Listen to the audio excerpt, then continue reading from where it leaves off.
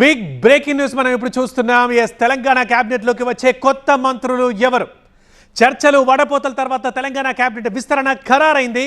రేవంత్ టీంలోకి కొత్త సభ్యులు రాబోతున్నారు. మరి ఎవరు, ఏ ప్రాతిపదికన వస్తున్నారు, దానికి సంబంధించిన బ్రేకింగ్ ఇప్పుడు మనం చూస్తున్నాం. రేపే తెలంగాణ మంత్రివర్గ విస్తరణ ఉండబోతోంది. మంత్రివర్గ విస్తరణకి హైకమాండ్ గ్రీన్ సిగ్నల్ ఇచ్చింది. ఇక మంత్రివర్గంలో కొత్తగా ముగ్గురికి చోటు కల్పించబోతున్నారు.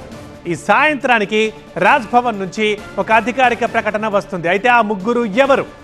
కొద్దిసేపు మనం వెయిట్ చేయాల్సిందే. ఎంతో కాలంగా ఎదురు చూస్తున్న తెలంగాణ కేబినెట్ విస్తరణకి ముహూర్తం ఖరారైంది. రేపే తెలంగాణ మంత్రివర్గ విస్తరణ జరగబోతోంది. మంత్రివర్గ విస్తరణకి హైకమాండ్ గ్రీన్ సిగ్నల్ ఇవ్వడంతో అందుకు సంబంధించి ఏర్పాట్లు చేసేందుకు ప్రభుత్వం సిద్ధమైంది. కేబినెట్లో ప్రస్తుతం మొత్తం 6 స్థానాలు ఖాళీ ఉండగా రేపు ముగ్గురిని మంత్రివర్గంలోకి తీసుకోవాలని నిర్ణయించారు.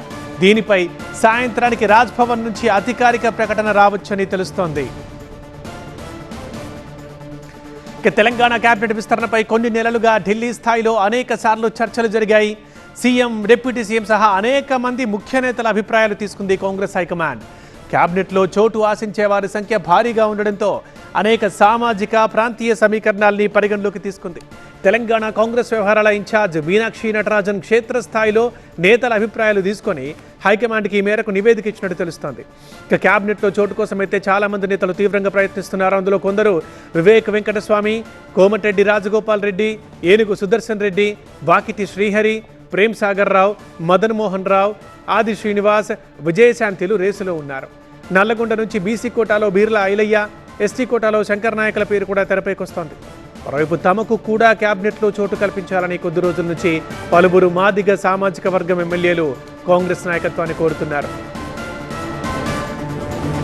రంగారెడ్డి జిల్లాకు కేబినెట్లో ఖచ్చితంగా ప్రాతినిధ్యం కల్పించాలని పలువురు కాంగ్రెస్ నేతలు డిమాండ్ చేస్తున్నారు. ఈ కోటాలో మల్రెడ్డి రంగారెడ్డి, రామ్మోహన్ రెడ్డిలు తీవ్రంగా ప్రయత్నాలు చేస్తున్నారు. ఎక్కువ మంది నేతలు కేబినెట్ రేసులో ఉండడంతో ఎలాంటి సమీకరణాలు పరిగణలోకి తీసుకుని ఈసారి కేబినెట్లో ఎవరికి చోటు దక్కుతుంది అన్న అంశంపై ఆసక్తి నెలకొంది.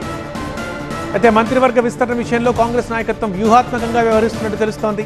ఆశావహులు అసంతృప్తి చెందకుండా మరో 3 స్థానాలు ఖాళీ ఉంచాలని నిర్ణయించినట్లుగా సమాచారం.